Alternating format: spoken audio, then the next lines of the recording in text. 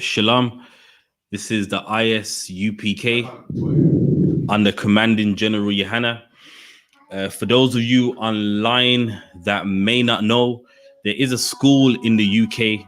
It's in the city of Birmingham, and I'll give you the address. The address is 394 Lodge Road, postcode B18 5PW. I'll say that one more time. The address is 394 Lodge Road, postcode B18 5PW. And out of this school, we teach classes 4 times a week. So you have the Monday history class at 7 till 9, 7 o'clock till 9 o'clock. That's done by Officer Karafia. Then you got the Wednesday law class at the same time at 7 till 9. Then you got the Thursday scripture breakdown class at the exact same time. Then we got the Friday class. Well, not class. We got the Friday radio show called On the Ends. You know what I mean? That's at 9 o'clock till 11. Then on Saturday, we have the Sir Abbott class, which is at 12 till 1 p.m. And also, not to forget, a class, but it's not done in the school. It is the Tuesday Brotherhood class done by Officer Shamgarman. And that's at the same time as well, at 7 till 9. So that's what we got in the UK regarding the classes and everything. So yeah, in today's history class, we're gonna get into a lecture that was done over a year ago. So if you see the date there, that was 2019 on the 30th of November. So we're gonna just like go over this lecture. You know, it being a history class, all of the references are in this lecture, and everything that you know you will need to research yourself you will also find in this lecture as well. So the lecture that we're getting in today is on the religion of Islam. You know, for those of you that don't know, Islam is the fastest growing religion on the earth. So it's not the biggest religion, but it is growing at a rapid rate. Now, in the UPK, we don't care what Islam does, but when it starts to affect blacks and Hispanics, that's when we do care, man. When we got blacks and Hispanics joining a religion that's got nothing to do with them, then that's when we care, man. And that's what this was about. You know, this lecture right here is not trying to convert everybody, man. This lecture ain't trying to bring all races in here. This was an appeal for blacks and Hispanics. That's right. So without further ado, let's get into it, man.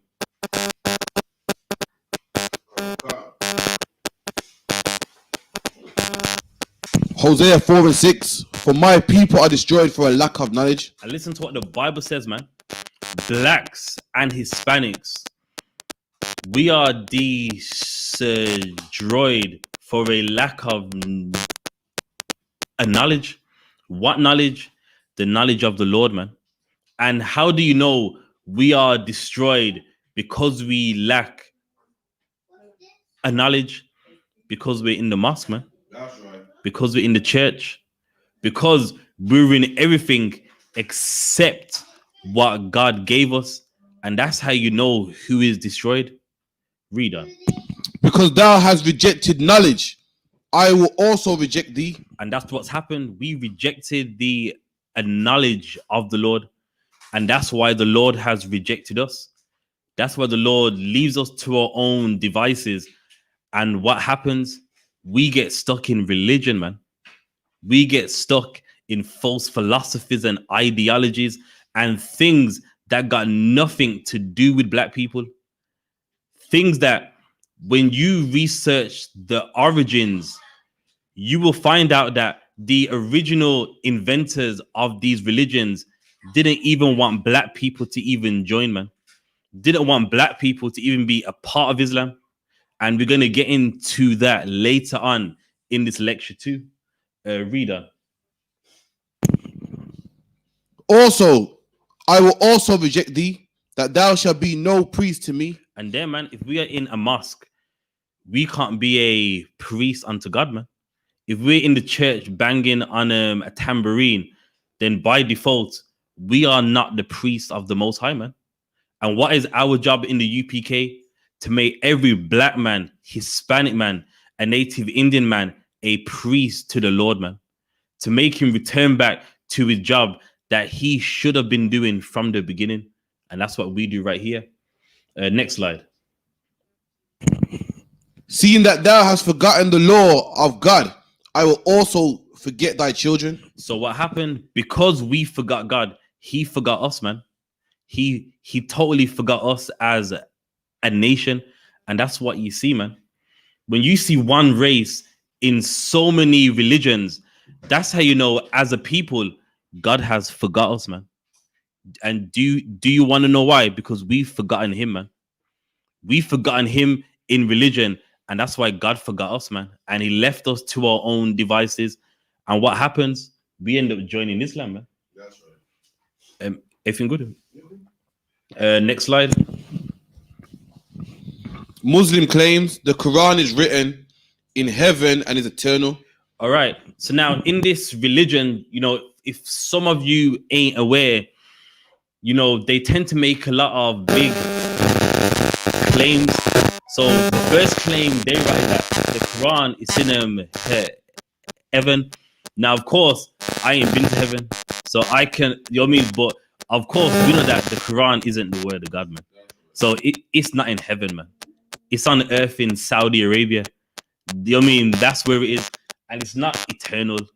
You know, the Quran, even the invention of it has a beginning. So that claim right there is ridiculous. But why am I going into these claims? Because black people believe these claims, man. Hispanics believe these claims right here. That's why we need to go into it. Let me tell you something. If none of us was into this, this lecture would have never had been done, man. But because we believe it in the UPK, we had to get into it, man. Read on. The Quran is perfect, unchanged, without contradiction, and has never been tampered with. So in this lecture, we're going to show you that the Quran does have contradictions. You know what I mean? I know a lot of black and Muslims out there, they all believe that the Quran, you know, no one's messed with it. But in this lecture, we're going to show you that the Quran is tampered with. People have tampered with it. And we're going to show you, you know what I mean, via history, man. Via what you like to read. Reader. Muhammad is the last prophet that came with the final message. And we're going to show you that's a lie, man. Muhammad ain't no prophet at all. You know what I mean? Forget the message of the last. He's not a prophet in general. You know, so we're going to get into that too, man. Reader. It's right. She can have mine. We're going to show and prove none of these claims are true, and unlearned and shouted Muslims are. And now it's like, and that's another thing there, man.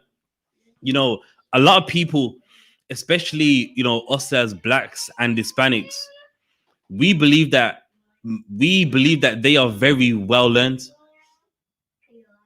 A Muslim, you believe he's educated, man.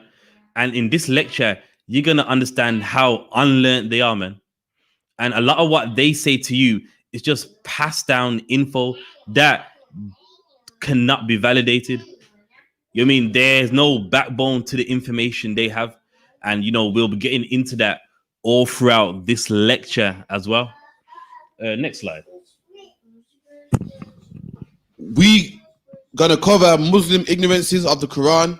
The Quran is not the word of God. The Quran is tampered with. Inaccuracies and contradictions. Mecca mystery. The mother of all cities. What Arabs think of black people. Does Islam benefit black people? So yeah, we're gonna go over quite a few things, but besides a lot of them, the last ones is what matters the most, man. What Arabs think of black people, you know, because one thing what a lot of black Muslims like to say is, well, you know, look, slavery happened, and you know how much of them are ignorant of what the Arabs did. You know, you can actually look up online. They asked a lot of them, so what made you join Islam instead of Jehovah's Witness, Seventh-day Adventist, or any Christian denomination?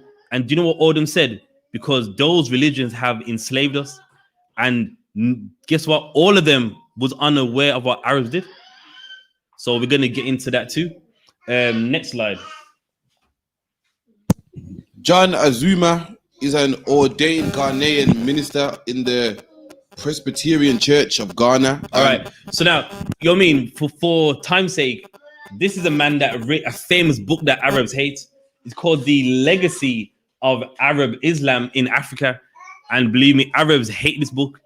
And this man, he's of Ghanaian descent.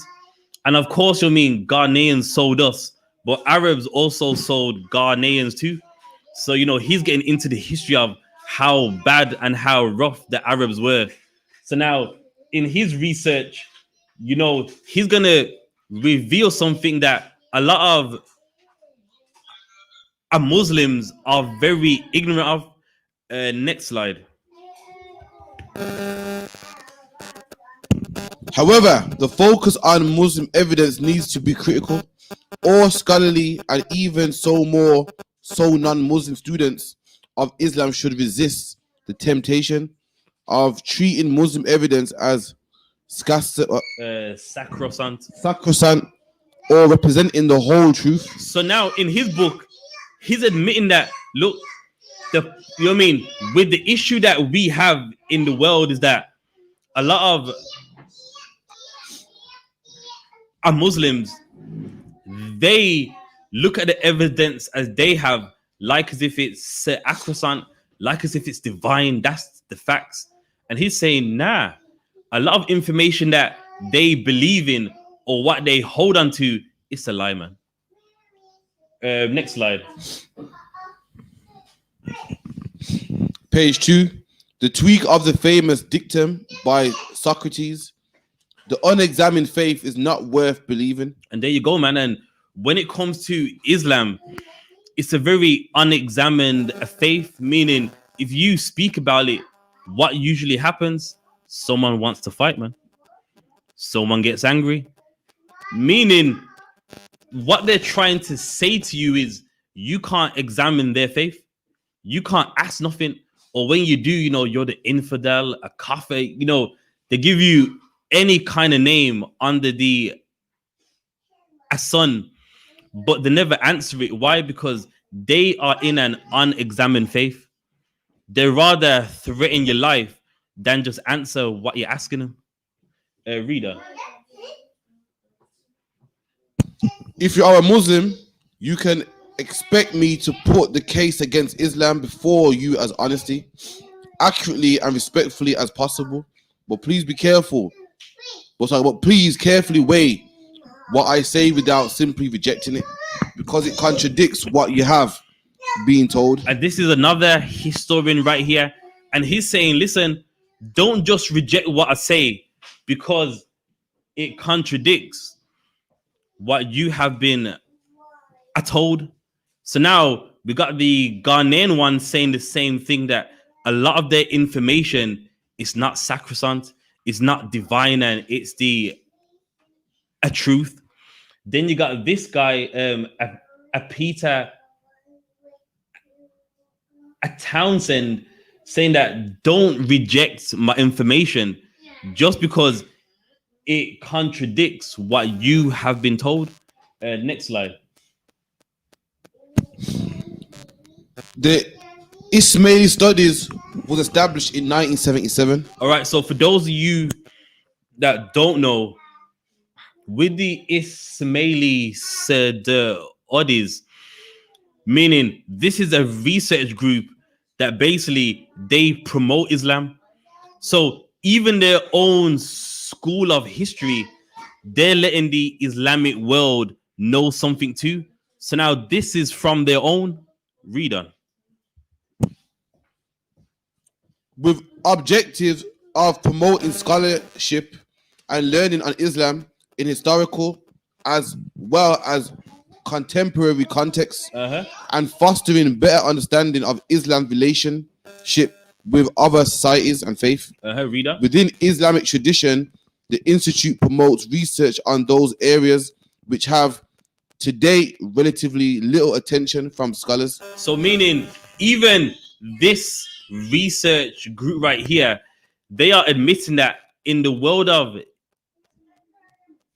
Islam, there are lots of areas they do not research, man. Like what? Arabs selling black people, man.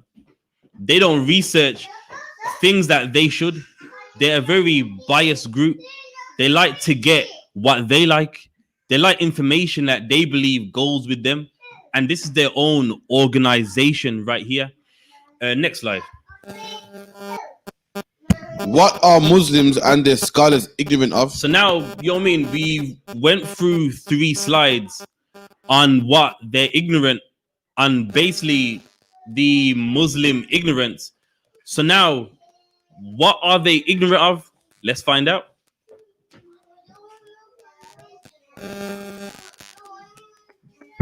Muslims say one Quran and one message. In the Arab world, there are 26 to 31 Qurans circulating. So now that is one lie right there, man. When you deal with blacks and Hispanics and you're trying to get them back to their God, what is the first thing to say? Look at the Bible, man. There's so many of them. Oh, with the Quran, there's one of them. That's a lie. All throughout the Arab world, what do I mean by the Arab world? All throughout Arabia, Afghanistan, and wherever there's an Arab empire, they don't read one. They got many, man. So you got all different ones. And also too, you do know all of these Qurans right here don't say the same thing. Some have extra verses, some don't. So now in the Western world, what they do is they get us by saying one Quran. But if you was to go to the homeland of this religion, they don't read one, man. They read many, and all these don't agree with each other in the text and many other aspects. Next slide. Tom Holland and Dan Gibson books were made into a documentary on Channel 4. It only aired once and was never shown again because Muslims called Channel 4 and complained and called for the show to be taken down. And there you go. And with this show, you can watch it on a YouTube. But yeah, you know what I mean? Yeah, but you know what I mean? What happened was they didn't like it. And again, it's like you can't examine this religion. You can't say nothing. It's like if you talk, well, that's gonna be a taken down. But let me tell you something. There's many documentaries on the Bible, and do we agree with it? No. But the thing is, do we ask for shows to be taken down? No, because we know that, you know what I mean? If we don't believe, but we know the facts, they always get upset because they don't want no one scrutinizing their religion, and then they always get upset. Page 33, sorry, page 334 to page 335. Yeah, so yeah, we're not going to read all of it. It's going to get to the main points of it. Muslim scholars in their children, Muslim scholars in their concern to identify what the prophet might have taught. So now this is another thing. Sorry, Mike was off slack here. Muslim scholars in their concern to identify what the prophet might have taught. So that's key now. Meaning what? After Muhammad died, people didn't even know what he even taught. So meaning in many of the Arab empires, no one really knew much. And also too, in your own time, you know, if you want to, even if you read a Quran, you cannot make sense out of it. So that's why what happened, many people didn't really know, you know what I mean, what was taught or what to even make of it. Reader. We're still perfectly capable of overlooking the Quran altogether. How, for instance, did God wish adulterers to be punished? To this question, hadith after hadith provided the same unyielding answer as was to be found in the Torah. He wished them to be stoned, yet. All right. So now, for time's sake, what happened? Meaning, in the hadiths, meaning, you know, it's basically records of people that seen Muhammad and they, you know, always memorize what he said to them. If someone was a adulterer, in the hadith, it says that they must be stoned to death. In the Quran, what does it say? It said that they should be whipped 100 times. So then people are saying, well, what happened? You know, clearly, you know what I mean, there's a contradiction there. So one book on this religion saying an adulterer gets whipped 100 times. And then in another book on the same man, they're saying he said you must stone them to death, like in the Bible. So there's a contradiction there. So now what would you do? If you was in the Arab world right now and a woman committed adultery on her husband, then what would you do? The Quran saying one thing and the hadiths are saying something else. Next slide. Page 335. If the Quran truly originated in the life of Muhammad and had been preserved and cherished by his followers ever since as the unchanging word of God, why is it there was no Quran commentaries prior until the 9th Christian century? So imagine that, man. So now, why are we bringing this out? Because what gets blacks and Hispanics, we're taught that after Muhammad died, the book it was made, but obviously not. So you're telling me no one didn't write down like a breakdown of the Quran, a verse by a verse, till 800 AD. then it's clear that the book wasn't around. Otherwise, people would have written about it, man. So that shows you that all that after Muhammad died, the book was made, it was out there. That's a lie. So no one didn't write about it till the 9th. That would be 800 AD in it, 9th century. That would be 800 AD, man. That's 160 years after Muhammad died. And then that's when someone writes on the book, which shows you that the book clearly wasn't made in his lifetime or even right after.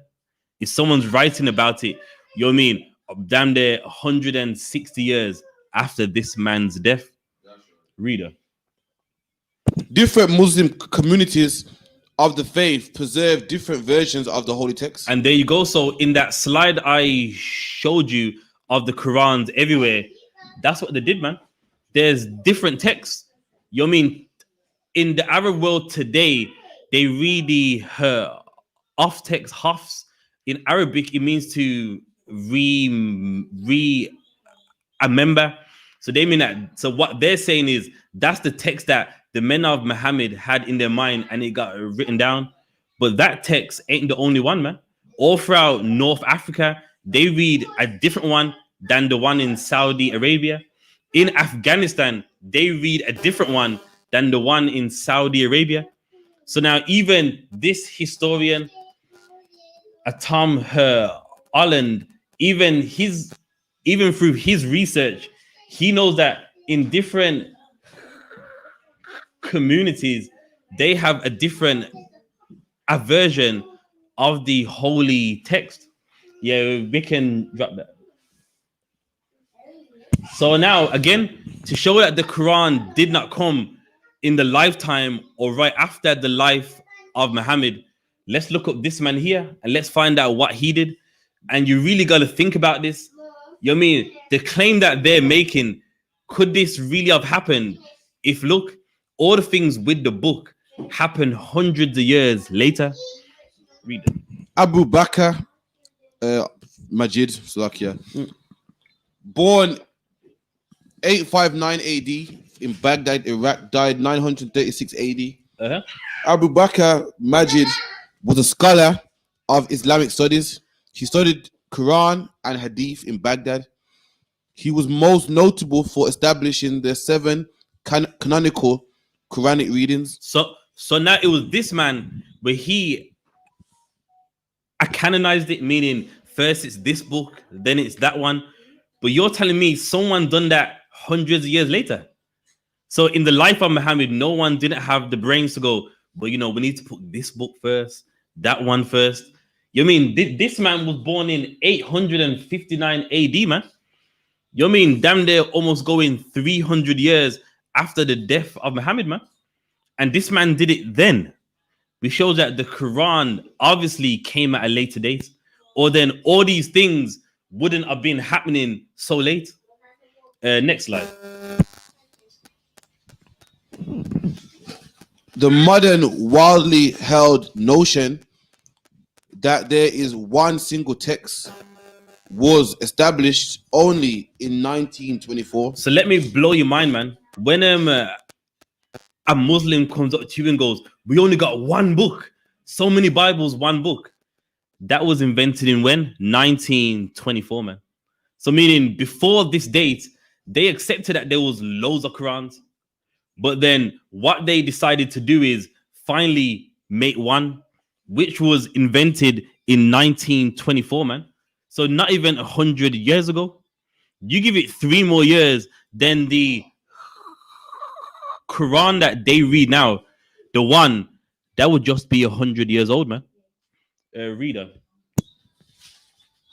With the publication in Cairo of an edition of the Quran that went to become global standard. So in 1924, that's when they decided on a text that they had to be the global standard.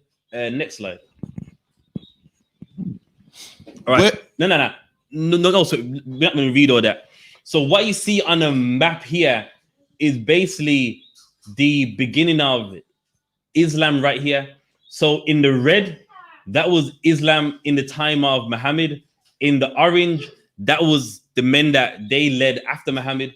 So, it started in Saudi Arabia, then the orange, they conquered Iraq, Iran, etc. And the purple, then that was under the Umayyad dynasty, which was a Arab dynasty. And they, went all throughout North Africa, etc., and to Spain as well. So it was Arabs and Africans as well.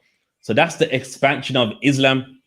So for time's sake, what is taught in Islam is that after Muhammad died, a man called Uthman, he wrote down the Quran and then he handed them out throughout the empire. So what they usually say is that he made 9, but only 6 of them survived. So now the surviving 6, we're going to see if he wrote these according to the experts, not your imam, not your sheikh. We're going to see what the experts say about the surviving 6 that allegedly he handed out and they've been preserved. No one's tampered with them. Next slide. So now these are the 6 that you'll find till this day. See, you know what I mean? You can look them up in your own time. Ma'alil, Petra, Polynes, Husseini Quran. You mean, and these, some are in Iraq, Egypt, Russia. One is in Russia. I believe that's the Petro Polynes one. So now let's see if Uthman wrote these, man, according to what the experts say. Next slide. I.S.U.P.K, Yeah. leading scholar in Quranic studies, ex-president of Turkish religious affairs. So now, these men right here, they're very educated, man. Men that know Islam inside out. So now, why are we using these men? Because these men believe in Islam too. If I was to use someone else, then someone would say, well, listen, that person, he doesn't believe. So I'm going to use their own researchers on these 6 Qurans that exist. And let's see if, these are Uthman's. What's the other guy's name? Ekmeledin Mehmet is a Turkish academic, politician, and diplomat who was Secretary General of the Organization of Islamic Cooperation from 2004 to 2014. And now I want to also let you in on something else. It's only these men here that have been able to examine 6 of them, meaning from the time that they were made till the time of these men, no one never examined them. Everyone just believed, yes, Uthman wrote these, that is it. But only these 2 men on the face of the earth had the chance to look at all 6 of them, read them, see, you know what I mean? Are these originals? You know what I mean? Is this the, you know what I mean? Had this word been, you know what I mean? Has anything happened with this word as well? Read on. Only 2 men on this planet have had the chance to read and examine all 6. Let's see who they are and what they had to say. All right, next slide. Al-Mushaf al-Sharif attributed to Uthman bin Affan. So now the book is called The Manuscripts of Uthman.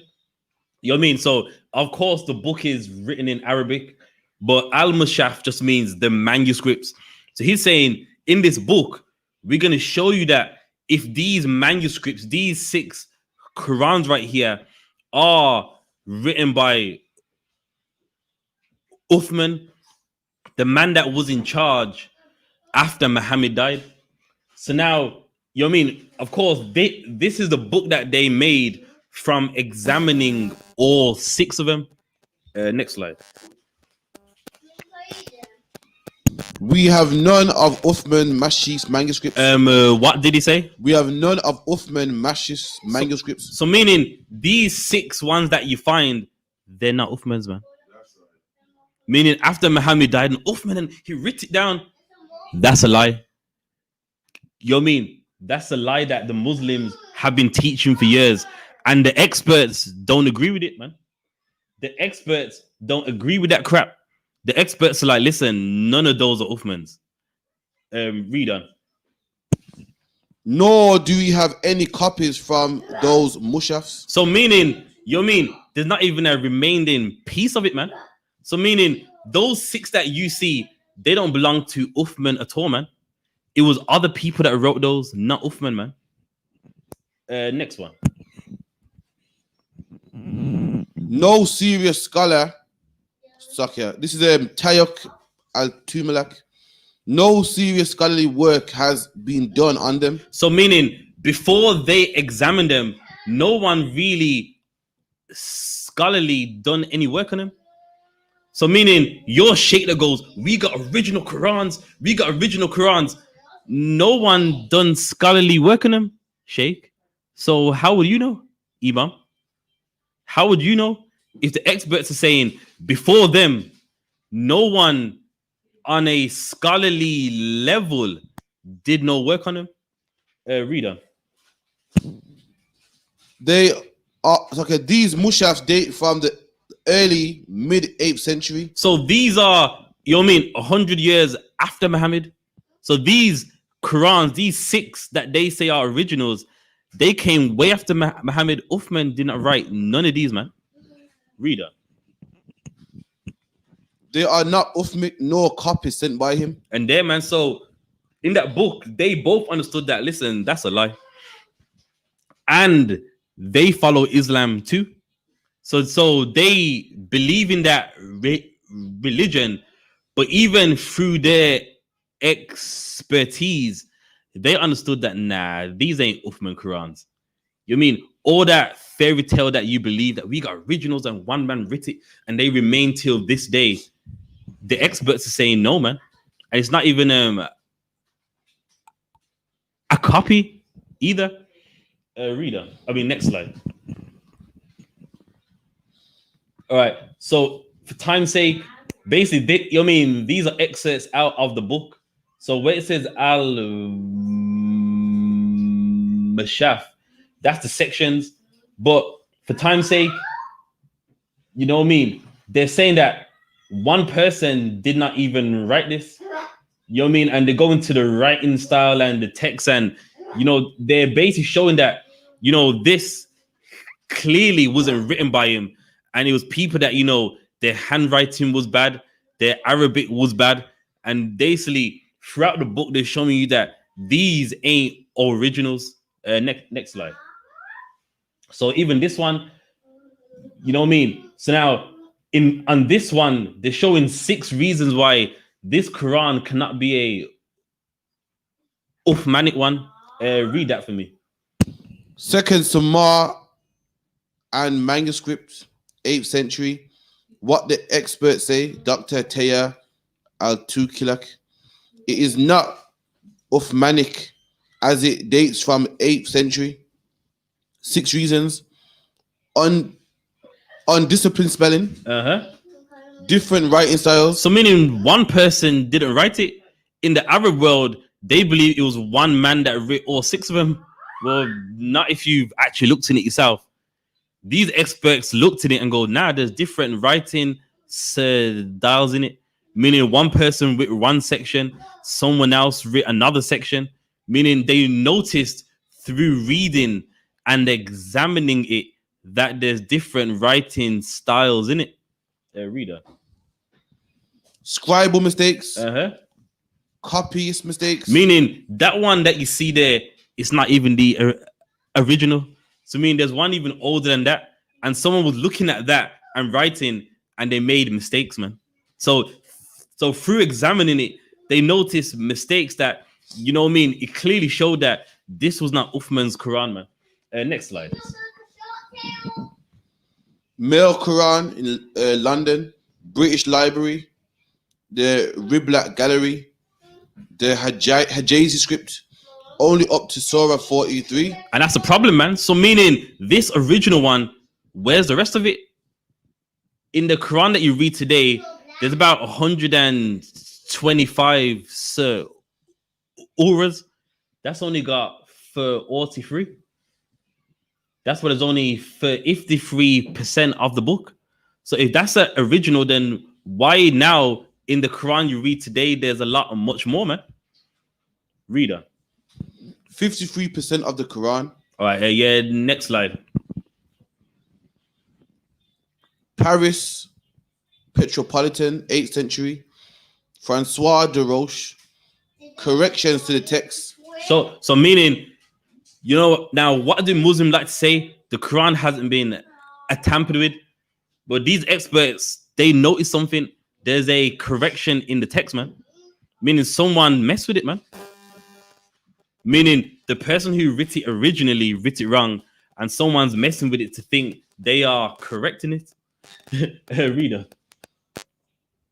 Disagrees with the Kareem Mushtaf in 93 places. So meaning with the one that they read now, it disagrees with it in 93 places. And I thought this is an original. So what does that mean? This original disagrees with the one you read now in 93 places, man. Reader. 5 different copies. So meaning one person didn't even make this, man. It took 5 people. Reader. Later modified with erasures and additions. So they even erased parts out and even added some on, man. Next slide. Yeah, we can skip that. Basically, through their research, they all figured out the same thing, that these are not originals. What the Muslim world believes is nonsense. And these men, they read them. Do you know before these men, no one did that? It was just a myth. Next slide. Entertain that. Yeah, skip. All right. So this is a man called Daniel Allen Baru Baker right here. And as you can see, that's his book right there, Corrections in Early Quran Manuscripts. You just want to read that for me? In his book, he only gives 20 examples of tamperings in the Quran. He found 800. In all the manuscripts he came across, he found insertions, 24% overwriting. So imagine that, man. Meaning, in these original 6, you find overwriting.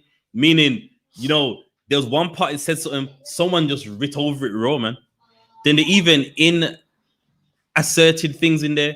So you'll see writing on top. So you'll see the Arabic, and then you'll look above, and someone finally writ a little something on top, man. Insertions, he found that 24%. And let me tell you something, in that book, he only gives 20 examples. Do you know he found 800? And he's not done. Even till this day, he examines them and he finds so much more. Reader. Calm. Without erasures, 18%, simple erasures, 10% covering, overwritten 2%, and covering 16%. All these changes he found was an attempt to make them match the Cairo edition of the Quran. And imagine that, meaning in those 6 originals, what you see, it was done to match the one that they read today, man. Meaning the one that is read now, they was messing with the original 6 to make it match the one that they read, which was made in 1924, man. Next slide. So here, so now I got the book, you know what I mean? And there, so in the book, he's showing you a written over erasure in that square. Then on the image on the right, someone erased it. As you can see, look, they've clearly rubbed out the Arabic in the one of the 6 originals. It should say which one, but if you have the book, it'll let you know which text and what was in it. Next slide. There you go again, man. More writing over. So you see the Arabic, but on the top part, you see faintly the Arabic behind it.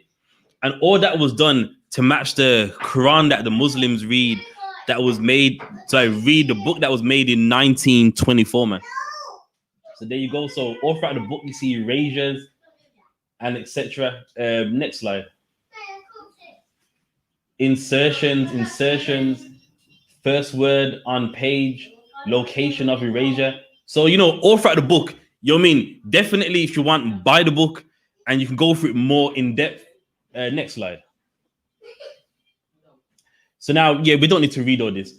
Basically, this is Abdullah Yusuf Ali. And this man, he's noticed for writing the best translation of a Quran into the English language. So of course, you know what I mean, I don't speak Arabic, so I'm gonna use an English translation of it for anything we use. So if anyone asks where did we get it from, we got it from this respected guy right here in the Arab world. Oh yeah, and also too, he's not even Arab, he's actually East Indian as well, just to let you know. But yeah, Abdullah Yusuf Ali was a British Indian barrister, a scholar who wrote a number of books about Islam and whose translation of the Quran into English is one of the most widely known and used in English speaking world. In the English speaking world, Slakia. So meaning if you can't speak Arabic, what he like he done, he translated the Arabic into the English, and it's widely known, meaning in the Arab world or in the a Muslim world, it's respected. Yeah, reader. A supporter of the British war effort during World War One, Okay. Ali. Yeah, no, that's like no, so we can get the next slide. Hadiths used in his lecture, Sunni Islam, Sahih Bukhari, compiled by Imam Bukhari, died 870 CE. Sahih Muslim, compiled by Muslim bin al-Hajjaj. All right. So now, what we're gonna do in the lecture, anything we do use, just gonna show you where it's from. So for those of you that don't know, we will use hadiths in this lecture, meaning it's their own records. Now the hadiths is people that seen Muhammad and they memorize what happened, and then these men, they visited them and they wrote it down like, yes, we're gonna do this because this is what Muhammad did. And they visited, like, just like it's just someone that they met Muhammad and their ancestor, they said what happened and they would write it down. Now I want you to notice something. Look at the times when these men died. This is way after Muhammad, man. Meaning what? If you just have something in your mind, 9 times out of 10, what usually happens? You forget, or what happens? It gets exaggerated, man. And these men wrote it down damn near a few hundred years after Muhammad died. So meaning by then it's been exaggerated. It's been, they've also added on the myth on it as well, man. You know what I mean? But yeah, and also too. So I just want to read just the bottom right part there. What's wrong with this? These writings came hundreds of years after Muhammad's death. The gospel in the Bible were made 40 years after Christ. Meaning what? In the Bible, Mark was alive, man. And the book of Mark was written. Luke was alive and written Luke. But listen, all this information here comes from men that lived hundreds of years after Muhammad, man. Meanwhile, in the Bible, it was all done, man. It was all done in their lifetime. All this is done after the lifetime of Muhammad too, man. Next slide.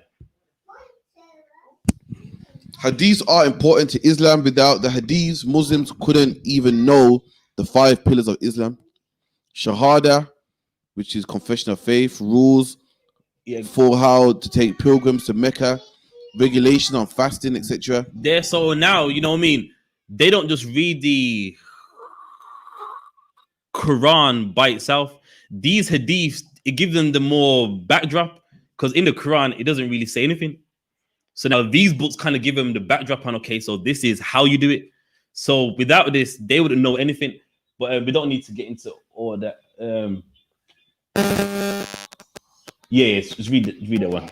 Many of the hadiths are absurd in its extreme, being filled with fanciful tales, supposedly associated with Muhammad as the greatest miracle worker, despite the Quran makes it clear Muhammad was not a miracle worker. There you go, man. In the hadith, Muhammad's making the blind see. He did this and did that. But in the Quran, Muhammad didn't do anything miraculous at all. And if you don't believe me, we got the verses right there, man. Read that for me. Quran, the Quran 8:13-7. Yeah. And those who disbelieve say, why has a sign not been sent down to him from the Lord? You are only a warner, and for every people is a guide. So we got a problem here, man. In the hadiths, Muhammad's a miracle, man. But in the Quran, he's saying, I don't do that, man. I'm just a guide. So already they're conflicting with each other. Let's read on. So yeah, with the other ones, they're basically saying the exact same thing. Next slide. The biography of Muhammad, written by bin Ashak, page 704. The earliest author wrote his book on Muhammad 70 plus years after his death. No original written by this man has been found. Bin Hisham, who died in 833 CE, quotes bin Ashik's work on Muhammad, but openly admits that he did not transmit Ibn Ishaq's work as he found. So meaning what? You mean there was actually a biography of Muhammad, and this man, he admits that when he received it in his hands, he didn't write it as it was, man. Meaning he's admitting that, yeah, you mean how I'm writing it, that's not how he read it, man. Read on. He did some significant level of editorial control. And now, what does that mean? Tampering. You mean that he's openly admitting that, yeah, he had a biography on Muhammad, and he's saying, nah, man, you know what I mean? He had to, take some things out, add some things on. But the point being is, he is admitting that he didn't write it as he found it. Reader. Or as he put it, confining myself to the Prophet's biography and omitting some of the things which Ibn Ishaq has recorded in his book. And there you go, man. This man's admitting that, nah, man, he omitted. What does the word omit mean? It means to take out, man. Let's get the next slide. We're done with this. Why would Muhammad be in the Bible? All right, so now, why are we going here? Because many people love to go, Muhammad's in the Bible, man. And listen, you know what I mean? I'm gonna make it easy for you. Muhammad's not in the Bible, man. Muhammad ain't in the Bible at all. And let's examine this. I mean, let's find out. You know what? Let's switch it up. Let's ask a question. Why would Muhammad be in the Bible, man? Why would Muhammad be in the Bible? And let's examine this. Read that for me. Muhammad is only in the Quran 3 times. Then hang on now. This great man is in his own book 3 times. Let me tell you something. Yahawashi is in the Bible 1,000 times, man. And counting. You know what I mean? Muhammad, the last messenger, is in the Quran only 3 times. Reader. How great is this prophet that in the Quran, that is in the Quran, his own book, only 3 times? Jesus is mentioned in the Bible 973 times. How many times? 973 times. You see it there? That is a difference right there, man. If Muhammad is this last a messenger, why is he only in the book 3 times, man? While as Christ, he's in the Bible almost 1,000 times, man. Reader. If Muhammad is only mentioned 3 times in the Quran, his own book, why would he be in the Bible at all? It doesn't make sense. There you go, man. And that's just logical thinking. If you ain't in your own book, why would you be in my book, man? You know what I mean? The Bible talks about Yahawashi, Christ, the Messiah, Jesus Christ, all throughout the Bible, man. You know what I mean? Everyone wrote of him. Nobody wrote of Muhammad, man. If he ain't even in his own book, forget about it. Read that for me. Amos 2:11. Amos 2:11. And I raised up your sons for prophets. So now hang on. Who is the your sons for prophets? Israelites, man. Arabs ain't prophets. Israelites are. and we read it in the book of Amos. God says the Israelites, their sons are the prophets of God, man. Reader. And your young men, for Nazarites, Uh-huh. is it not even thus, O ye children of Israel? And what does that mean? Even thus meaning, you mean, is that not right? Oh, you mean, so what? Meaning God's saying that's right, man. The Israelites, their sons are the prophets of God, man. Right. Not no Ishmaelites, not no Arabs. Next slide. Deuteronomy 18:18. And I will raise them up a prophet from among their brethren. From who? From among their brethren. So now, who's the brethren? The brethren are the Israelites, man. So now this prophet, he's going to be an Israelite just like the brethren, man. That's how you break it down. How do they break it down? Well, you know, with them, the Arabs, they come, you know, I mean, they're descendants of him. No, man. A brethren is your brother, meaning by blood, man. And guess what? Those are other Israelites, man. Reader. Like unto thee, and I will put my words in his mouth, and he shall speak unto them all that I command him. All right, man. So now this verse, we break it down the right way, man. And the right way is what? With Christ, he will come from among the Israelites, man. You know what I mean? Yeah, that's okay. For time's sake, verse 19, 20, 21, and 22, it lets you know about someone who's not sent of the Lord. And what does it say? If what they say does not happen, then that is a false prophet right there. And that's Muhammad too, man. Next slide.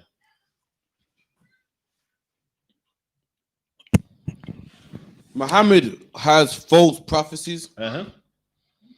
Quran 48:27. Oh, it's like you start from the left. So like Muhammad promised his followers a victory when they would go to Mecca to do Umrah, lesser pilgrimage. There, so now he's saying to them, when you go to do your Umrah, you're gonna beat all the infidels. You're gonna have the land. I mean, that's what he said to the people that was under him at that time. Read that for me. Quran 48:27. Certainly has Allah showed to his messenger the vision in truth. The vision in truth, reader. You will surely enter al-Masjid al-Haram if Allah wills, in safety with your head shaved and hair shortened, not fearing anyone. He knew what you did not know and has arranged before that a conquest near at hand. So he's saying you're gonna win, man. We're gonna get that land. We're gonna convert everyone into Islam. So he promised his men this. So now he's allegedly prophesying right here, saying that it's a vision in truth, man. Meaning that what he saw of what him and his men would do is not a lie. But did that really happen? Read the next part. In the Hadith, Sahih Bukhari 350, Muhammad got scared when confronted by the Meccan forces. He made a peace treaty. False prophet, man. That's right. He told that God, you're going to win this. And he got scared. Now, of course, I didn't put the whole Hadith because it's a lot to read. But, you know, you can go read it yourself. And he got scared. He went there with his men and they showed up and he just got weak, man. He got frightened, man. And you know what I mean? They didn't even fight at all. And they returned back to Medina. Next slide. So now these are the inaccuracies in the Quran, meaning things that are written. Now, of course, they say that the Quran came down from God, man. So if it did, it wouldn't have these inaccuracies, things that logically just don't make sense. So read that for me. Surah 18:96-97. Bring me shields of iron until when he had leveled them between the two mountain walls, he said, blow with bellows until he had made it fire. He said, bring me that I may pour over it molten copper, so Gog and Magog were unable to pass it, nor were they able to effect in it any penetration. All right, so if you never read this before, what they're saying is with Alexander the Great, you know, to stop Gog and Magog, he built these iron walls to basically stop them from, you know what I mean, putting harm on him and his men. Now, let me tell you something, man. There's many Greek writers out there.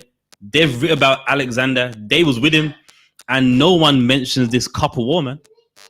No Greek historian ever talks about this war that stopped Gog. Why? Because that war don't exist, man. That did not happen.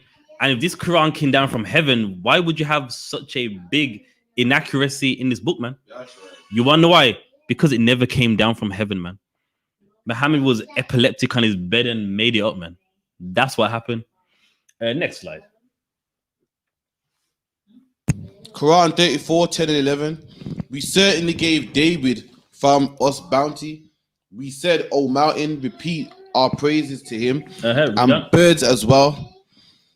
And we made pliable for him iron, commanding him make full coats of mail and calculate precisely the links and work all you righteously indeed. I of what to do. So now, what's wrong with this, man? There's an inaccuracy here. King David, he's wearing a body armor that doesn't exist in his time, man. King David's got some time machine, man, where he got some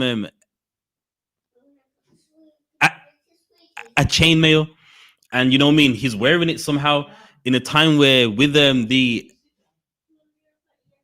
chainmail, it didn't even exist. So how would King David be wearing body armor that wasn't even invented in his time? We showed you that this book does not come from God, man. You mean with that invention, it was around in Muhammad's time, and he just assumed that, you know, King David would have been wearing the same thing, but not realizing that kind of body armor, a chainmail, wasn't invented in King David's lifetime, man. Read that. Chainmail was not invented until 200 BC by the British. So how would King David be wearing chainmail? There you go, man. That's a problem, man. You mean, how would King David be fighting Goliath, or when he was getting ready to fight Goliath, in something that wasn't around in his time? Next slide. Quran 12 and 20. And they sold him for a reduced price, a few dirhams, and they were concerning him of those content with little. All right, so if you don't know what a dirham is, that's Greek for drachma, which is a Greek a coin.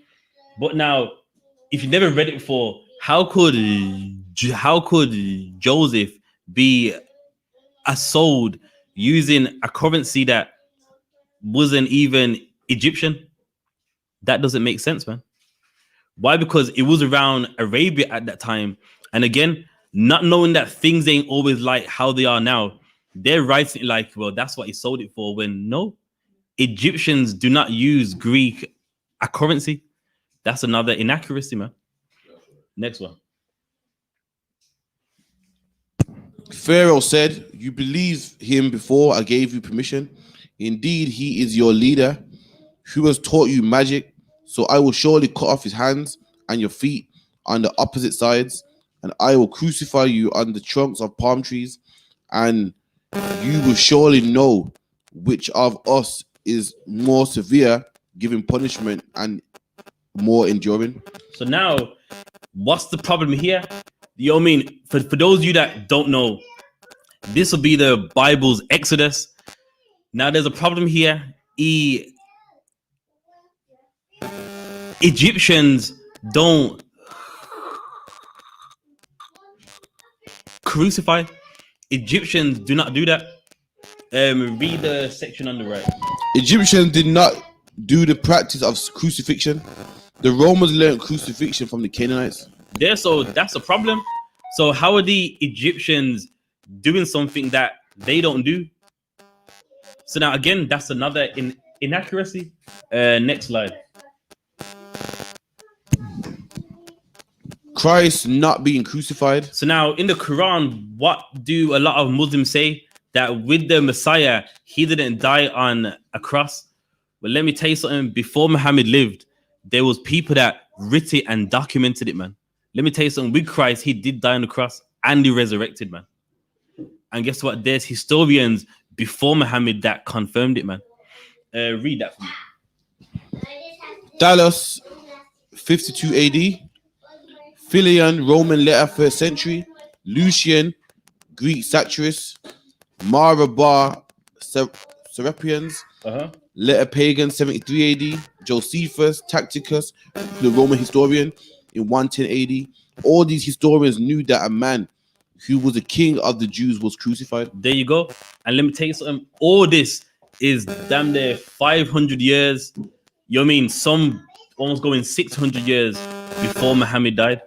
And all these men knew that, yes, a man, he did die on the cross, and allegedly he was the king of the Israelites. He was the king of the Jews, man. All these historians. So how can a man come way later go, no, he did not die on the cross? It was someone that looked like him. But nah, these men vouch and go, yes. You mean that it is documented, and they confirm it. Next slide. Contradictions of the Quran. Quran 482. Do they not reflect upon the Quran? If it had been from any other than Allah, they would have found within it too much contradiction. So now what it's saying is, you know what I mean? Well, what Muhammad thinks that book came from God, and to find out it would not have no contradictions. And let me blow your mind, contradictions do exist in the Quran, man. Next slide. Quran 21:76. Oh no. Let's get one for time's sake. We get to the main one. Yeah.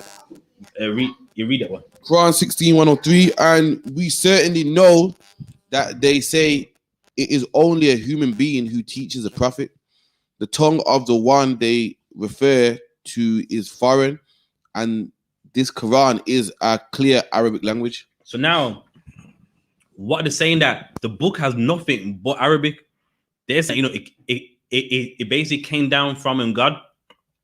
It was showed unto Muhammad, and it was in pure Arabic. Read the next one. The trustworthy spirit has brought it down upon the heart, O Muhammad, that you may be the warners in a clear Arabic language. So now the Quran twice is saying that this book is in clear Arabic. Let's see if that's a contradiction. Next slide. Here's the problem. The Quran is not in all Arabic. So first off, in the Greek, you got the word Injil, which is where you get the word evangelist. That's a Greek word. That's not Arabic. Then what else? You got a jinn. You know what I mean? That's not Arabic word. You got look, and of course there's many more examples, but look what you've seen here.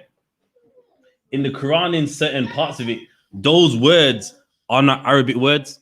So what does that mean? That's a contradiction, man. So it wasn't given in all Arabic, or then you wouldn't have other language influences in the book. Next slide.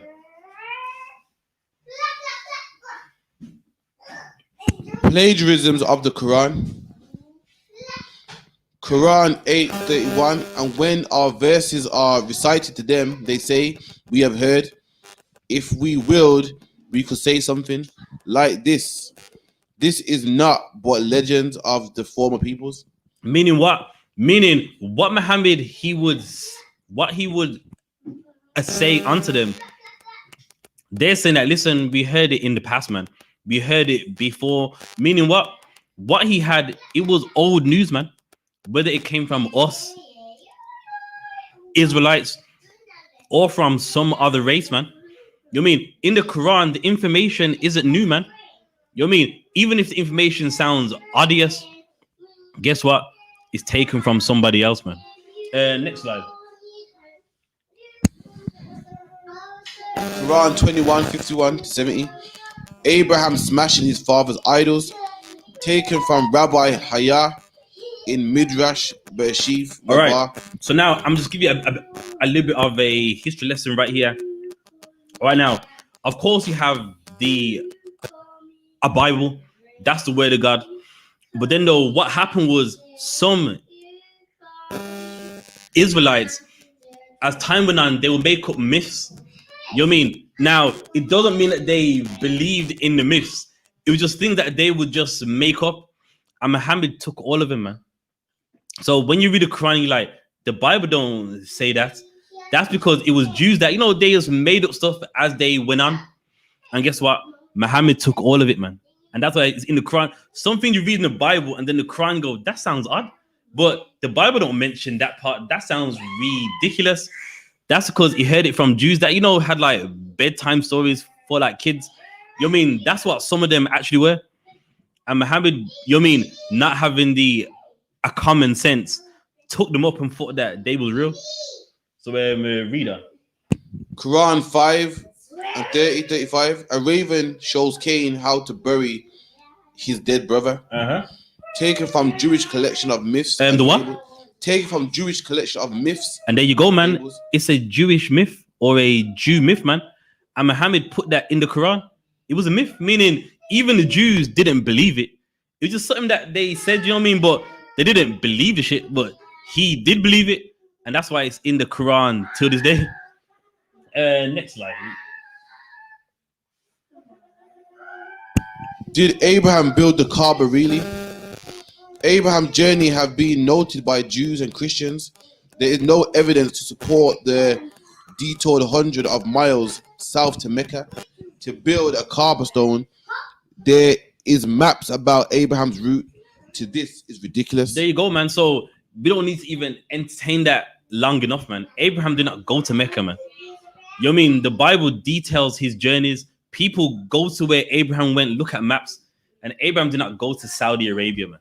So even that, you can entertain it if you want, but it's really a silly argument. Next slide. The Quran is remarkably decontextualized. Very few names, historical events are hardly mentioned. The Quran is defiant in areas and geographical and historical references is quite staggering. It contains just 150,000 words in Arabic, and 65 of these words are locations. I mean, that's ridiculous, man. You're reading a book, and only 65 of the words are a place to be. So, meaning one of those 65 words might be Medina. Now you got 64 words, meaning that for you to, get a map and go, well, they went here and there, you're not gonna do that. If only 65 of the words are a location, that's rough, man. Meaning, reading it, you don't know where they are. If only 65 words in the book are a place, that actually do name a place in the book. Reader. The Gospel contains 10 more times location references than the Quran. Referencing a location every 200 words. And that's the Bible, man. You read the Bible, you get a place every few hundred words, man. So you read one, Galilee, Carmel, Beersheba, Jerusalem. In the Bible, you're getting location. In the Quran, you only get that 65 times, man, throughout reading the whole book. So now, why are we using this? Well, the next slide is going to make the point of why I'm bringing this point out. Next slide. Mecca is not mentioned in any correspondence, travel descriptions, or gazetteer, geographical dictionary, or any other type of historical source until 741 CE. So, meaning the birthplace of Muhammad, no one never heard of it. You know what I mean? When you join Islam, you hear about a Mecca all day long, man. Not realizing no one never heard of this place. It wasn't even on a map. Do you know what that means? If something ain't on a map, It's not even acknowledged as a place, man. But in the Quran and in the world of Islam, what did they like to do to you? Force Mecca down your throat, not realizing that Mecca was nothing, man. Let me tell you something. The land of the Israelites, that's always been something, man. Mecca wasn't even on a map till 109 years after Muhammad died. So meaning once they conquered Iraq and Baghdad, that's when it started to show up on a map. Read on. 109 years after Muhammad's death, known as the Continuatio Byzantia Arabica.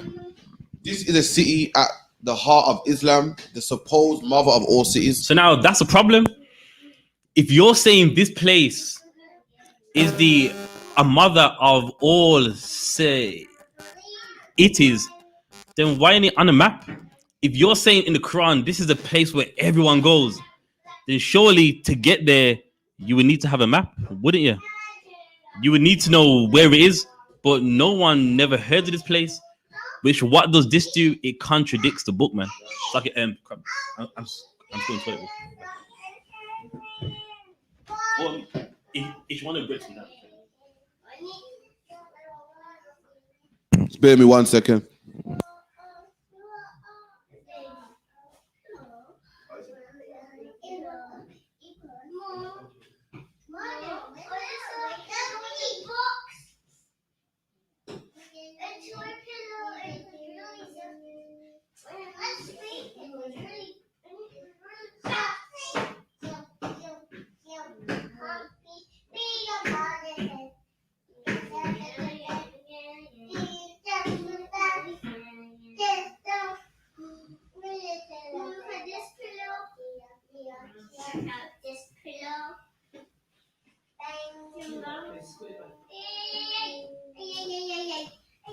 Right, yep. All right, then let's get to it. Patricia Crone points out in here, Meccan trade and rise of Islam, Greek trading documents mention all trading cities, but Mecca is never mentioned or heard of. And there you go, man. So meaning this woman here, she done the research and she goes that this place, a Mecca, it's not even heard of. So, so on the map, she looked at everywhere where, people would, buy their wine, buy anything. And this place where in the Quran, it says that, everyone was there doing their trade. It wasn't ever heard of. It wasn't even on the map. And these are what experts, people that got the map say, man. Next slide.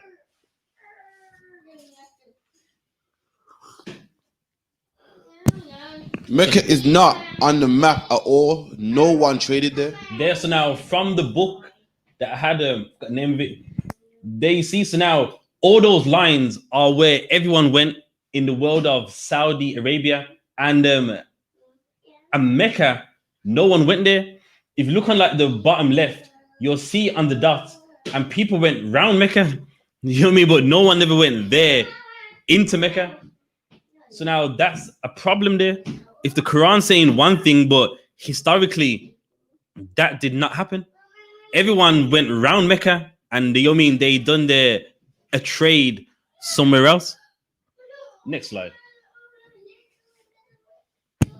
Mecca and its neighboring cities. All right, so for a time's sake, these are all the empires that were around it, and none of these empires talk about a Mecca at all. So you got the Nabatean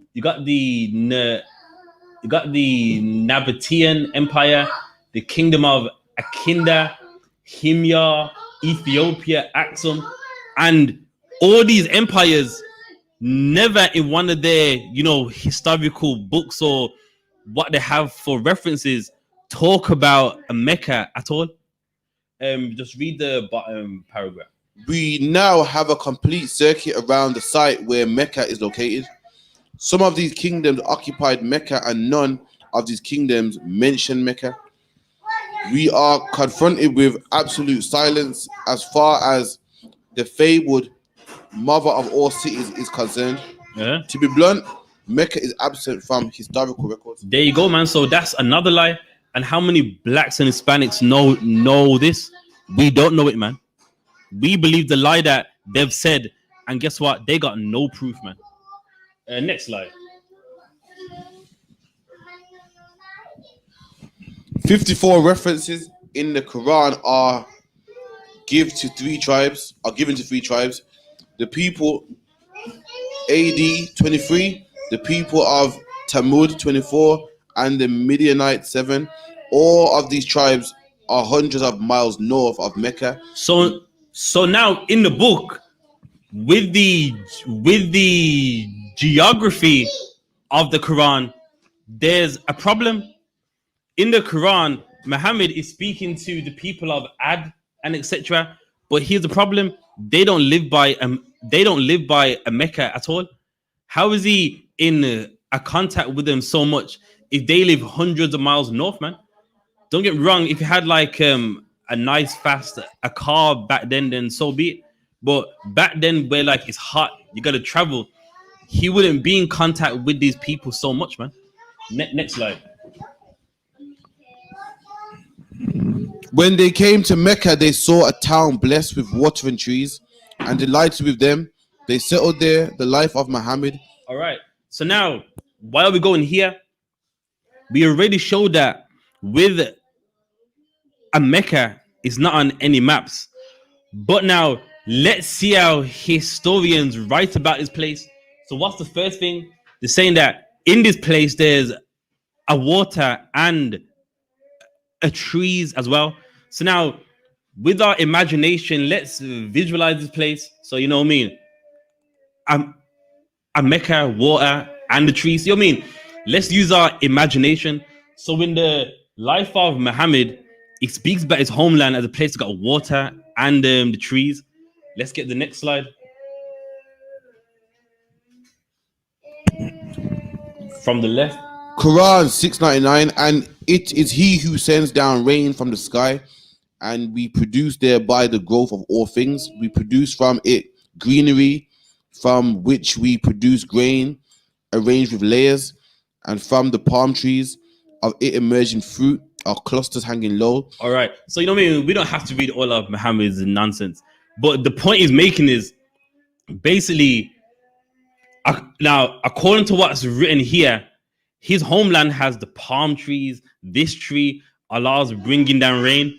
And we're going to see what's wrong with these statements right here. So now this is a book written by a man called Dan Gibson. Now, for those of you that don't know, he's a historian. Now, he's lived in Saudi Arabia 35 years, man. He's been around all the Arabs, all the tribes and all that. And he's spoke to them, speaks Arabic. And he went to Mecca and all of the places that they write about. And he noticed from reading the book till actually being there, they contradict each other. So let's see what he said on the right in the book of Quranic geography. The presence of trees and plants can easily be tested by the presence of spores and pollen in undisturbed ancient soil. Mm-hmm. To date, there is no record of tree having ever existed in Mecca. So meaning that's nonsense.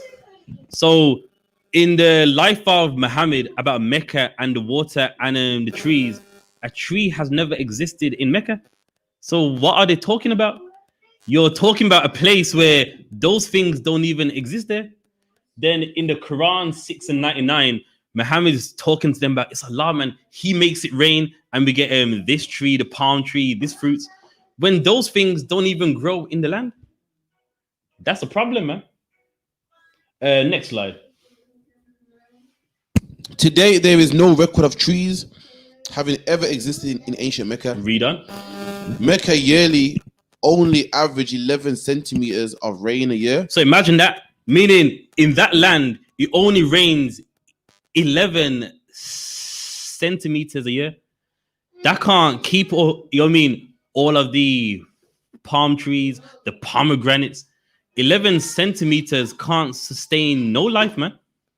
So what's the Quran talking about? it's clear that you know what I mean the Quran came after Muhammad, and they're writing of a place that clearly ain't a Mecca because those things don't grow in that land. Reader.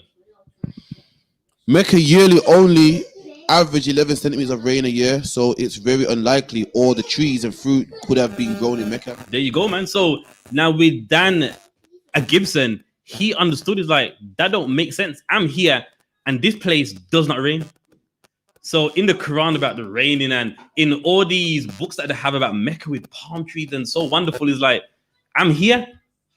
And now remember, he doesn't believe in it like them where they just believe it because they do. His there is like, this place don't rain. So in all the resources they have, they're describing this place and none of that isn't even there. Next slide. Sahih al-Bukhari 3 and 50. Amir came from the valley of Mecca, staggering with fetters. He used to run in the midst of the rain water passage. So now, what's the problem? That's not in Mecca. First off, you can look it up. It's nothing I'm making up. That land is flat. There ain't any hills there at all. So how is he running through a valley? In the Hadiths, how is Amir running through this valley? And this is what Dan Gibson, through his 35 years of research, as he went there, he goes, well, all these books are saying that things happen, but it's not there. And then he ran through the rain water passage, 11 centimeters of rain. That's not a water passage, mate. You mean that's not a water passage? Next slide. Quran 37, 133. And indeed, Lot was among the messengers. So mentioned when he saved him and his family, all except his wife, among those who remained with the evildoers. Then he destroyed the others, and indeed you passed by them in the morning. What? No, that's a problem now. You know, in the Bible, it's talking about Lot's wife. Now, keep in mind, Muhammad lives down south in Arabia. So how could he be seeing Lot's wife as the pillar of the soul day in the day? He's way down there. That don't make sense. You know what I mean? He lives so far south. How would he pass that in the day? For you to walk up there takes you like 3 weeks. So you couldn't see that every day. If that's what it says, I don't know, get it misquoted. No, all right. If you read that last part again. Who remained with the evildoers, then we destroyed the others, and indeed you passed by them in the morning, and at night, then will you not use reason? There, so now, so right, if you haven't read this before, to the Arabs he was speaking with, he's saying that they pass Lot's wife day and night.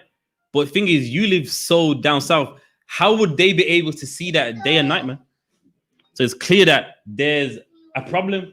You wouldn't be seeing that. You wouldn't have the ability to see that day and night. So what does this mean? Really, Muhammad was talking about somewhere else, man. All of the trees, the rain, a lot of them don't know this, but he was talking about somewhere else. Read that on the right, the one on the far right. The reason why Quran geography is so messed up is because Muhammad is talking about a place that is the mother of all cities, that is further north. Let's find out. Let's find out, man. Let's get the next slide. So this leads us back to Daniel Allen Brubaker's book, and let's find out through his research that what place was Muhammad really on about. Let's read that. The archaeology of Mecca does not support the traditional assertions. There, so now he's saying what Dan Gibson said, that it don't make sense. They are describing a place, and those things ain't there. So even through his research, he's saying that it doesn't match. Read on.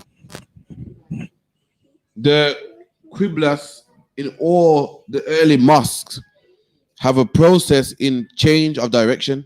Muhammad designated the Qibla first towards Jerusalem, then towards Mecca in his lifetime. There, so what place is Muhammad talking about, man? Jerusalem, man. Even they realize that, well, if it don't make sense, remember that they did actually pray to, like they did pray towards Jerusalem first. So the historians go, well, if it don't match that place, 9 times out of 10, he was talking about Jerusalem, man. In Jerusalem, we have hills and valleys, Lot's wife. You can, you know what I mean? If you live around there, you will see that day and night. And all those things that they're writing of, you will find that in Jerusalem. But in Mecca, you will not find that. Next slide.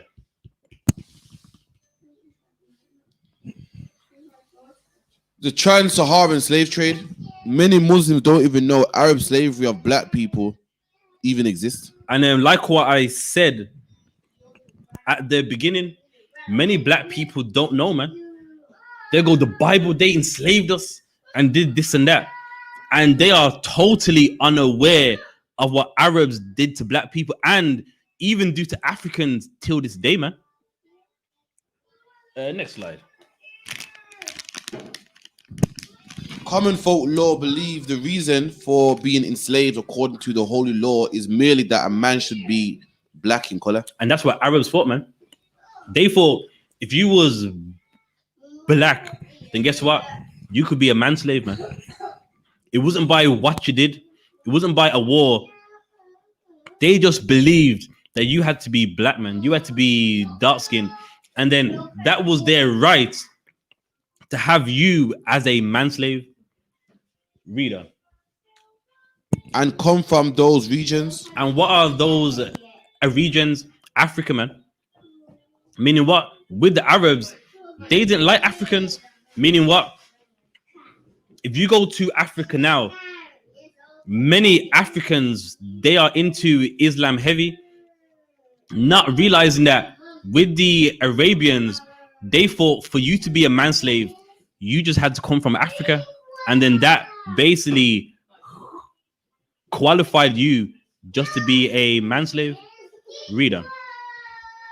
The holiest city of Islam, Mecca, became the center of slave trade in the world. And there you go, man. That holy city, as they say,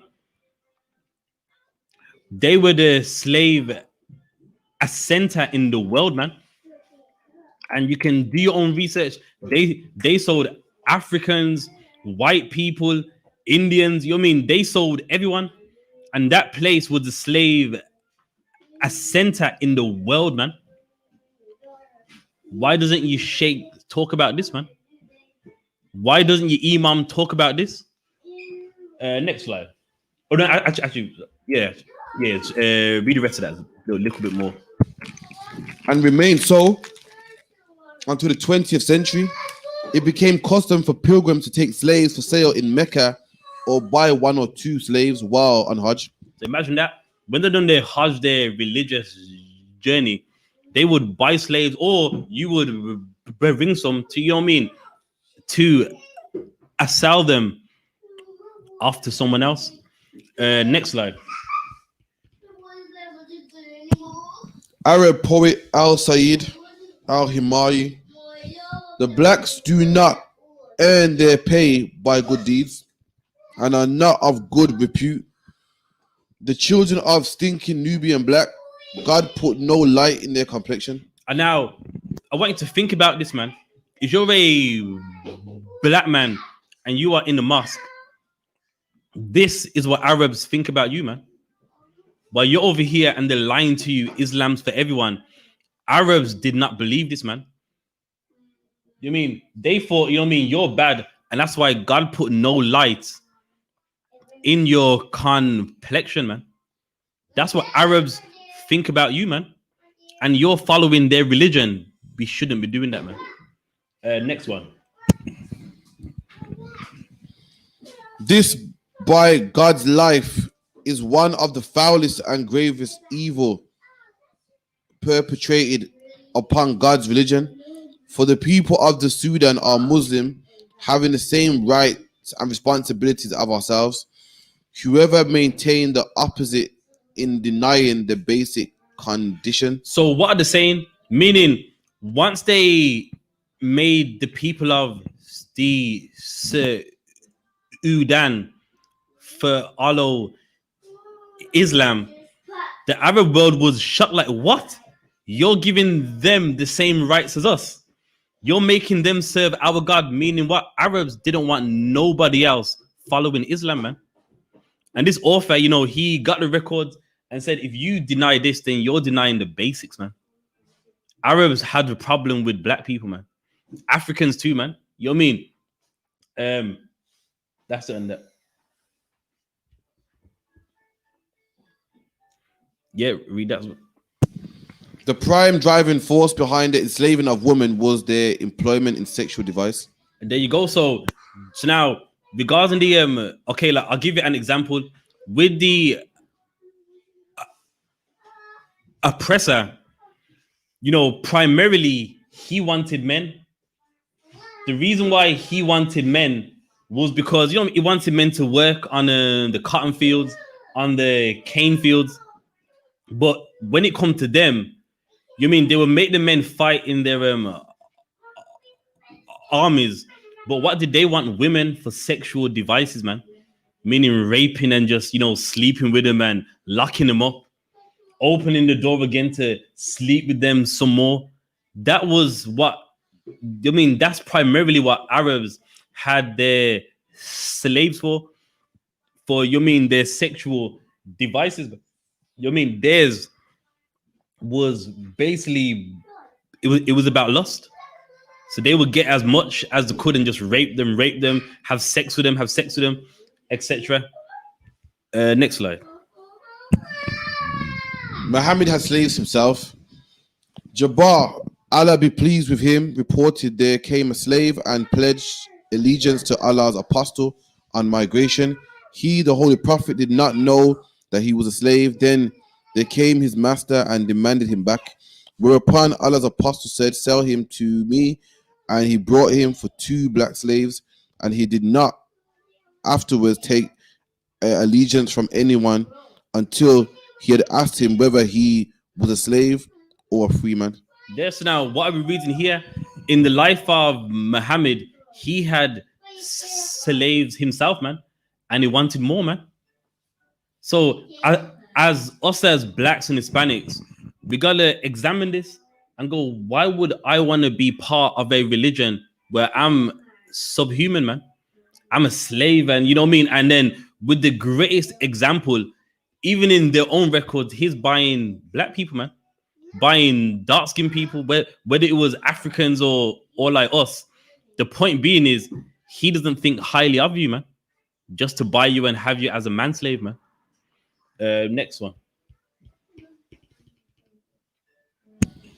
Allah's apostle was on a journey and he had a black slave called Anjasha, and he was driving the camels very fast, and there were women riding on those camels. Allah's apostle said, Wahaka, may Allah be merciful to you. Oh, Anjasha, drive slowly the camels with the grass vessels. So this is another example of Muhammad having slaves as well. Next slide. How did Muslim society make black people feel? African poet Shumayam, who died in 660, if my color were pink, women would love me, but the Lord has marred me with blackness. So now, what's the point of this? Meaning, with the Arab world, they oppressed this man. They oppressed him so bad that, he hated himself. He hated his blackness, if that's what you want to say. But that's how the Arab world made him feel. And let me tell you something. In the UK, that's how Islam will make you feel too, man. You're going to be there, and what is it going to do? Make you hate yourself, man. Make you think that Arabs are so great, when guess what, black man? You're great, man. That's right. You're great without Islam and without the Arabs, man. Reader. Blackness does not diminish me as long as I have this tongue and this stout heart. Yeah. Black poet wrote this after being goaded with racial insults. Reader. Though my hair woolly and my skin cold, black, my hand is open.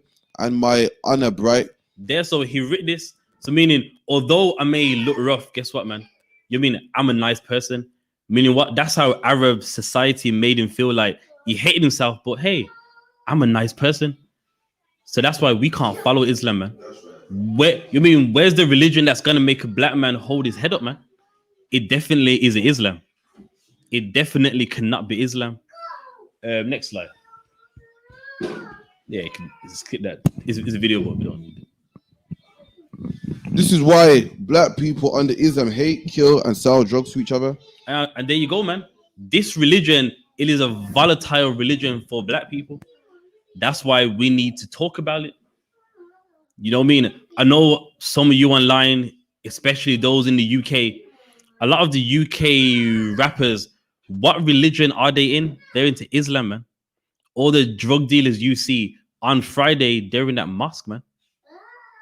And look, we're following a religion that hates us. And what does it make us do to each other? Hate each other, man. We're following a religion that thinks little of us. And what does it do to us? Make us think little of each other, to where we hate each other and think we ain't nothing, man. And why? Because it's the religions we are following. And today we are talking about Islam. Read that.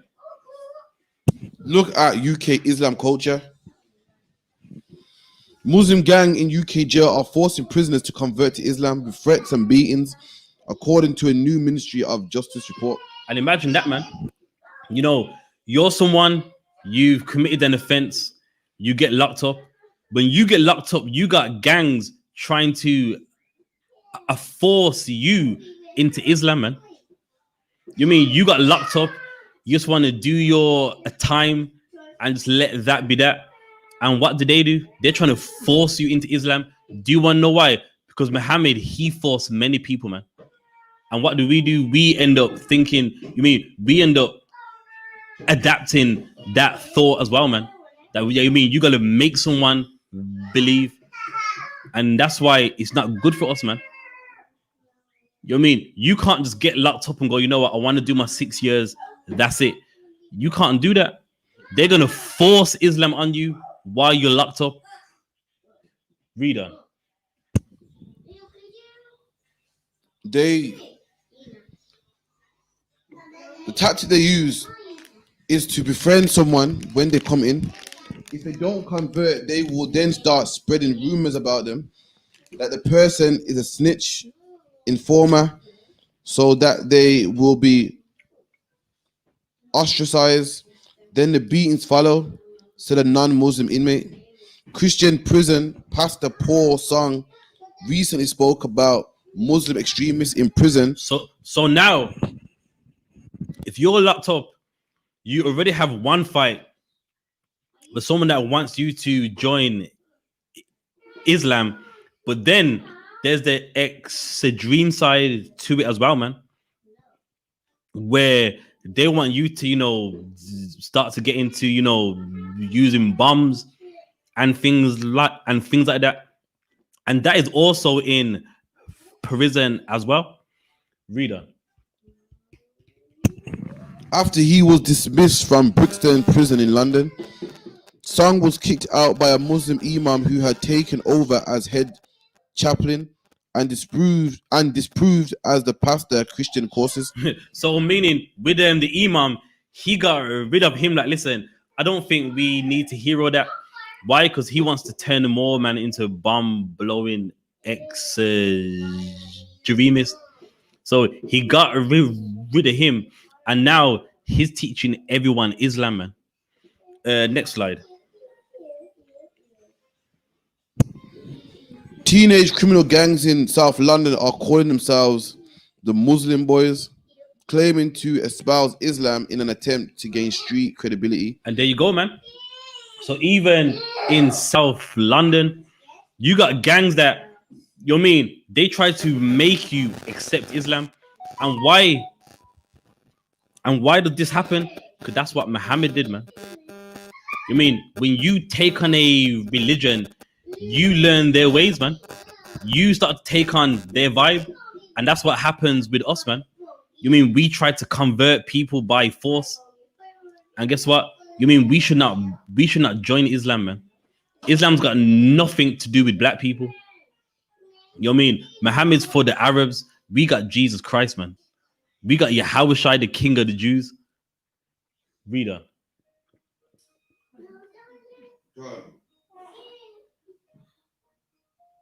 And trade on false perceptions about links to terrorism.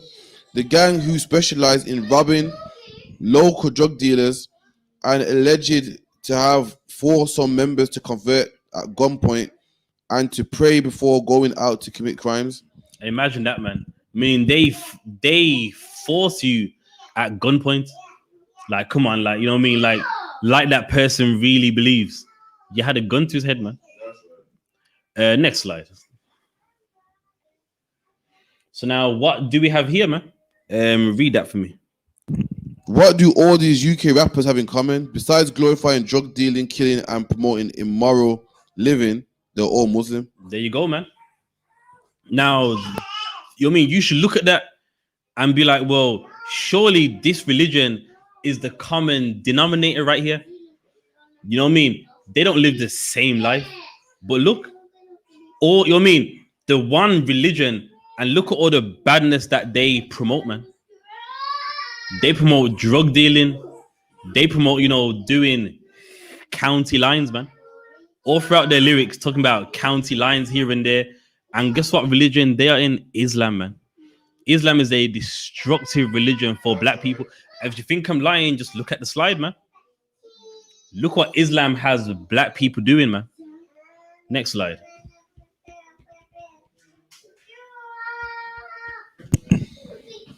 The Islamic Center of Washington is a mosque and Islamic culture center in Washington, D.C. It is located on Embassy Row on Massachusetts Avenue, just east of the bridge over Rock Creek. When it opened in 1957, it was the largest mosque in the Western Hemisphere. So imagine this. This mosque in Washington is the largest mosque in the Western Hemisphere, man. Now, why am I bringing out this? Because, you know what I mean? We're going to find out what, you know what I mean? We're going to shake off the lies and the myths. And we're going to find out what Islam really does for blacks and Hispanics, man. We're going to see if we get rich of it or are we being played, man. So keep in mind, this is the largest mosque on the Western Hemisphere, man, in Washington. Next slide. The founders of the DC Mosque, Mehmet Munir Etigen and Kamil Abdul Rahim. So as you can see, these two founders of that DC mosque, they're not us. They're not black. That's right. But let's see how this helps us, man. Let's see what the largest mosque in the Western Hemisphere does for black people, man. Let's get the next slide.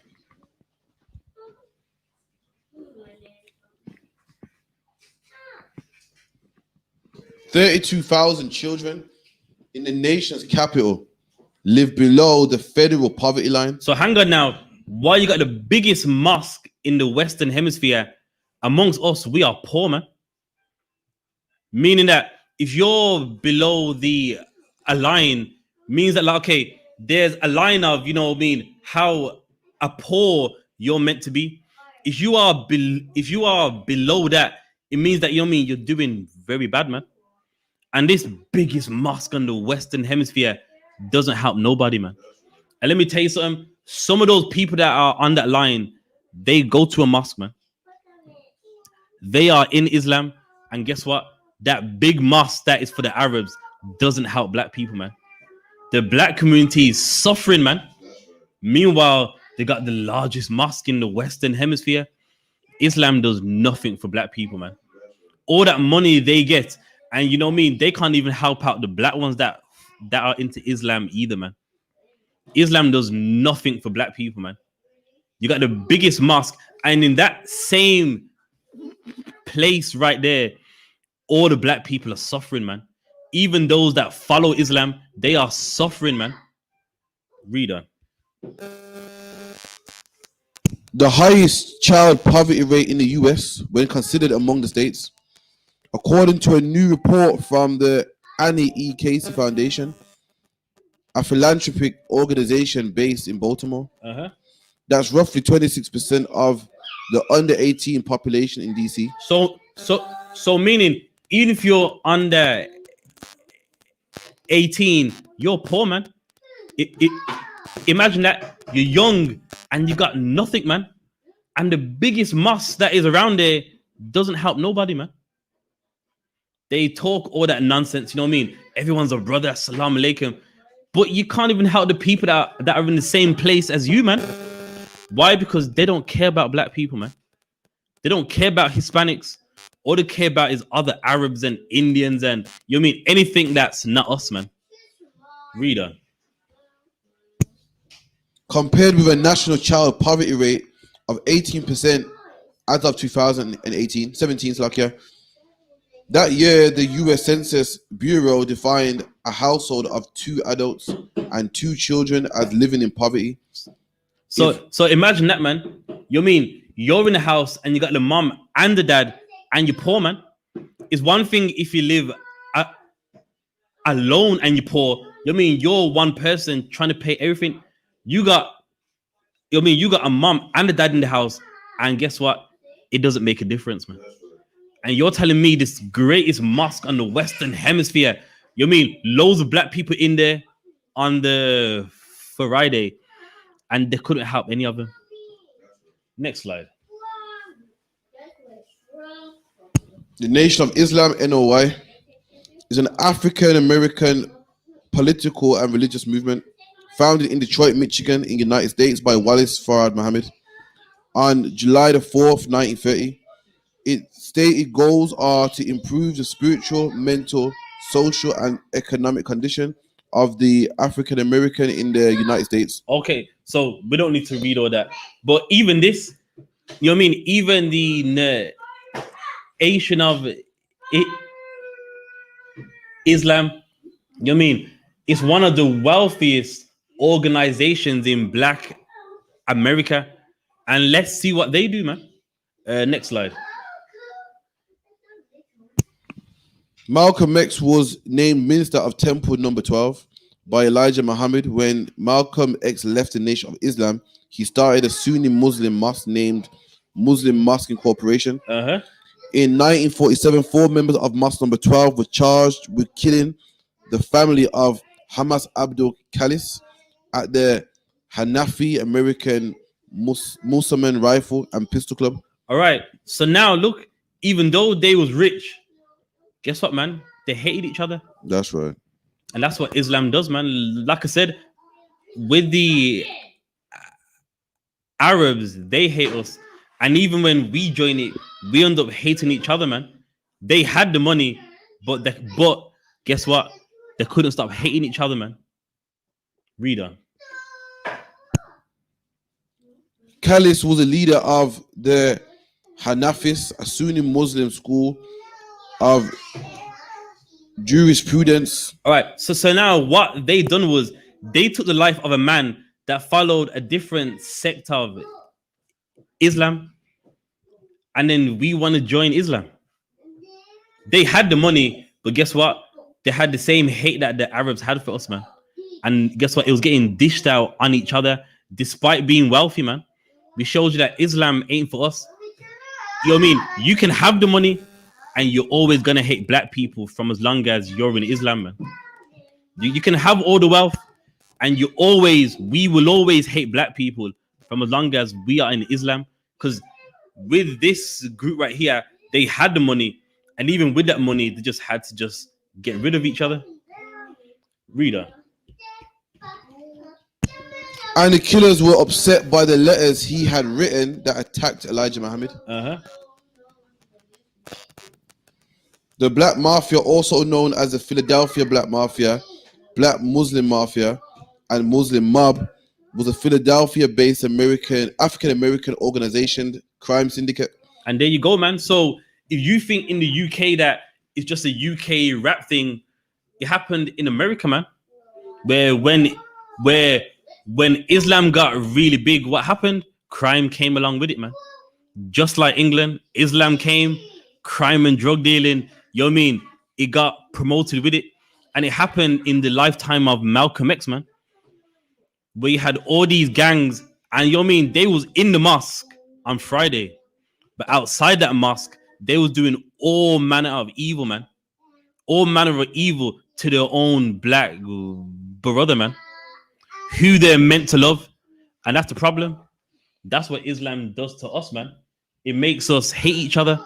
And these men had the money, the organization had the wealth, but what happened? It couldn't stop them from hating each other. That's right. And only the UPK can make blacks, Hispanics, and Native Indians love each other, man. That's right. Any more of that?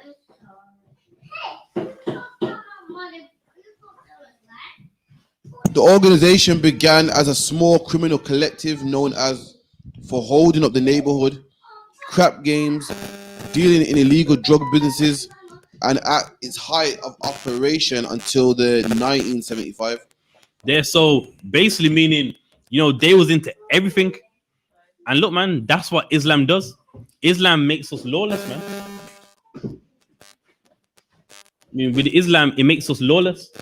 You know, we think we found something, we found peace, and all you find is crime, man. All you find is more self-hate.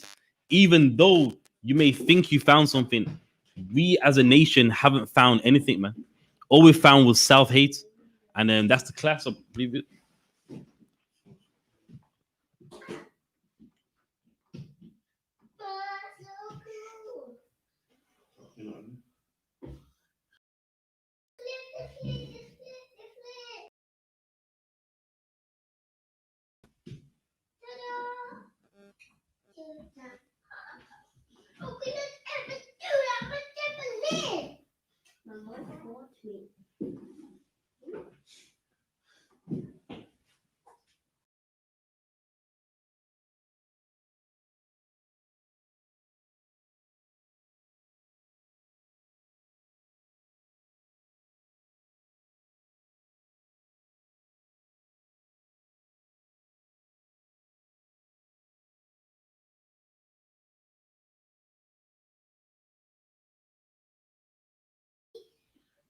All right, most time Christ.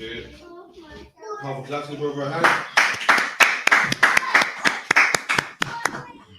With that, only one can speak to the teacher chairman of Israel. I'm Mariam. I got 2 trampolines. I'm Mariam Shabbat. I'm Mariam Barak. Yahweh Shema. Yahweh Bashem Hashem Akatah. Yahweh Bashem Yahweh Shai Barak Atham. Yajamata. The Psalm is 10. The sisters, I'm Mariam. I'm Mariam Shabbat. I'm Mariam Barak. Yahweh Shema Bashem Yahweh Shai. Yajamata. The class is dismissed.